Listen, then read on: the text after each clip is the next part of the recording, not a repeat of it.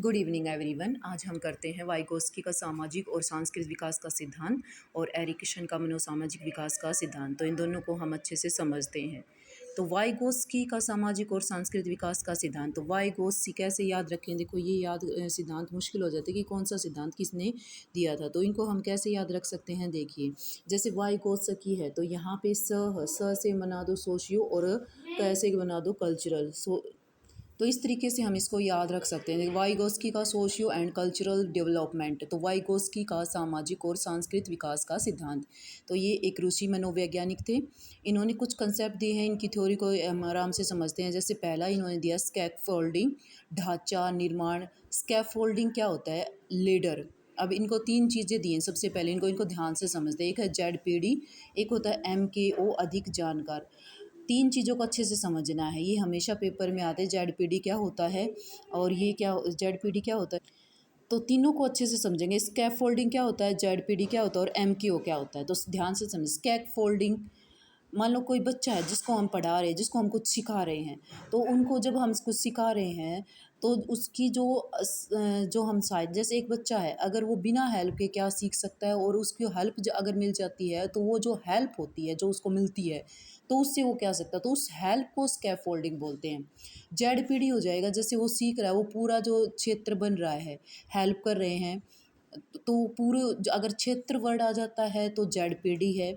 और जैसे स्कैफोल्डिंग, कोई मान लो सीढ़ी है, चलो सीढ़ी का एग्जांपल लेते हैं हम। सीढ़ियों पे हम चढ़ते हैं, तो जो सीढ़ी है स्टेप टू स्टेप जो सीढ़ी बनी हुई है वो तो क्या है, स्कैफोल्डिंग है। फिर वहाँ पे जो पूरा एरिया है वो हमारा, उसको हम बोलेंगे जेड। और MKO हो जाएगा जो हमें चढ़ाने वाला है, कि स्टेप टू स्टेप चढ़ाने वाला, जो हमसे ज़्यादा नॉलेजेबल जो पर्सन है, मोर अधिक नॉलेज वाला जो अदर पर्सन है, वो हमारा MK हो जाता है, MKO हो जाता है। ठीक है। नेक्स्ट है एक जो डेफिनेशन उन्होंने दी थी वाइगोस्की ने, तो भाषा वह साधन है जिसके द्वारा मनुष्य बोलकर, सुनकर, लिखकर व पढ़कर अपने मन के भाव या विचारों का आदान प्रदान करता है। तो ये डेफिनेशन भी कई बार एग्जाम में आती है। अगला है, सबसे पहले स्कैफोल्डिंग की जो अवधारणा थी ना, वो तो दी थी ब्रूनर ने। जो अवधारणा अगर वर्ड आ जाता है, ऐसे आ जाता है, किसने दी सबसे पहले, तो इसका नाम ब्रूनर आएगा। इसने फिर दो चीज़ें और बताई थी, एक है इंटर और एक क्या है, इंट्रा है। तो जो बच्चे समझ बनाते हैं, जो बच्चे बातें करते हैं, तो इंटर होता है अंतर मनोवैज्ञानिक और एक होता है अंतरा मनोवैज्ञानिक। तो अंतर मनोवैज्ञानिक होता है दूसरों के बारे में बातें करना, और अंतरा होता है खुद के बारे में, खुद से बातें करना, और इंटर होता है दूसरों से बातें करना। तो ये पूरा हमारा वाइगोस्की का cultural socio and cultural development का सिद्धांत था। नेक्स्ट हमारा एरिक्सन का मनोसामाजिक विकास का सिद्धांत। तो इसमें हमें सिर्फ इतना याद रखना है कि एरिक्सन ने 8 स्टेज दी थी डेवलपमेंट बाय एरिक, 8 स्टेज जिसने दी थी मनोसामाजिक विकास के सिद्धांत में। तो इसमें हमें याद रखना है कि कौन सी स्टेज में उसने क्या बताया था और कैसे इन स्टेज को हम याद रख सकते हैं, तो ध्यान से समझेंगे। पहला है विश्वास बनाम अविश्वास। तो ये जन्म से 18 महीने होती है। इसका गुण होता है होप, मतलब कि आशा होती है। छोटा बच्चा होता है तो विश्वास बनाम अविश्वास, यानी कि जिस उस छोटे बच्चे को जिसके ऊपर विश्वास है, यानी कि जो उसको अच्छे से रखता है, जो उसको खाने के लिए देता है, उसकी मम्मी के ऊपर उसको विश्वास होता है, तो उसी के पास जाना पसंद करता है। और जिसके जिसके साथ अविश्वास हो जाएगा, यानी कि जो उसको अच्छा नहीं लगता जिसको, तो वो उसके पास नहीं जाएगा। दूसरा है स्वायत्तता बनाम शर्म और संदेह, 1.5 से 3 वर्ष।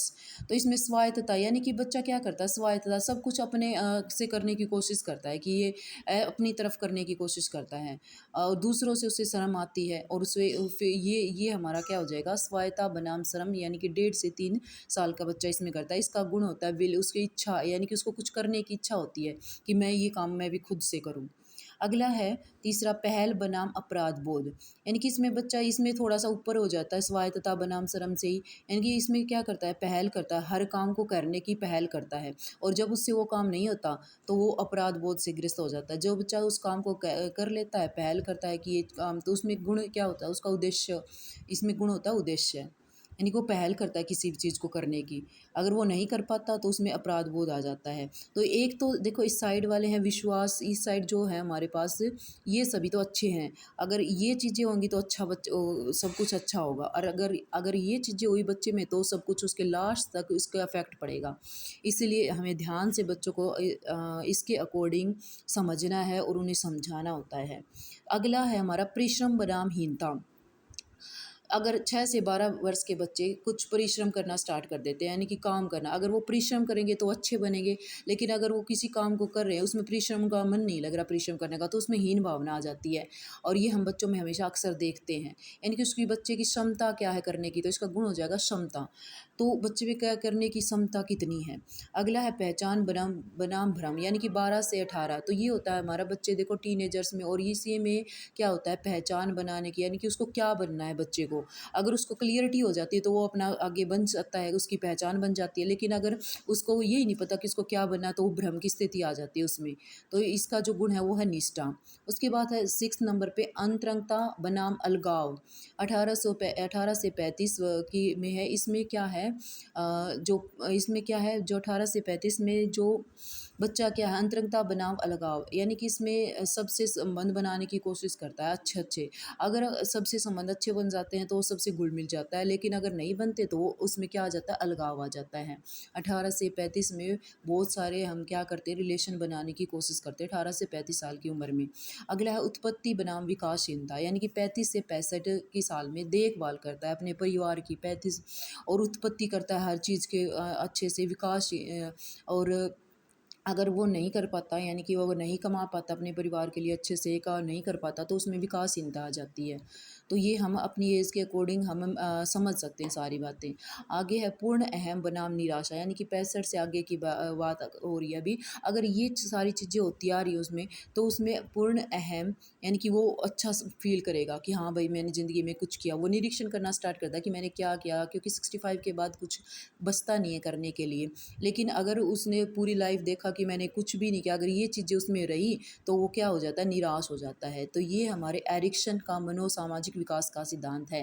एरिक्सन एरिक्सन ने दिया था मनोसामाजिक विकास का सिद्धांत, जिसमें उसने 8 स्टेज बताए। तो सिंपल क्वेश्चन भी कई बार पूछा जा सकता है कि कितनी स्टेज बताई थी। तो थैंक यू। अगर आपको अच्छी लगे तो वीडियो को लाइक शेयर एंड सब्सक्राइब करें।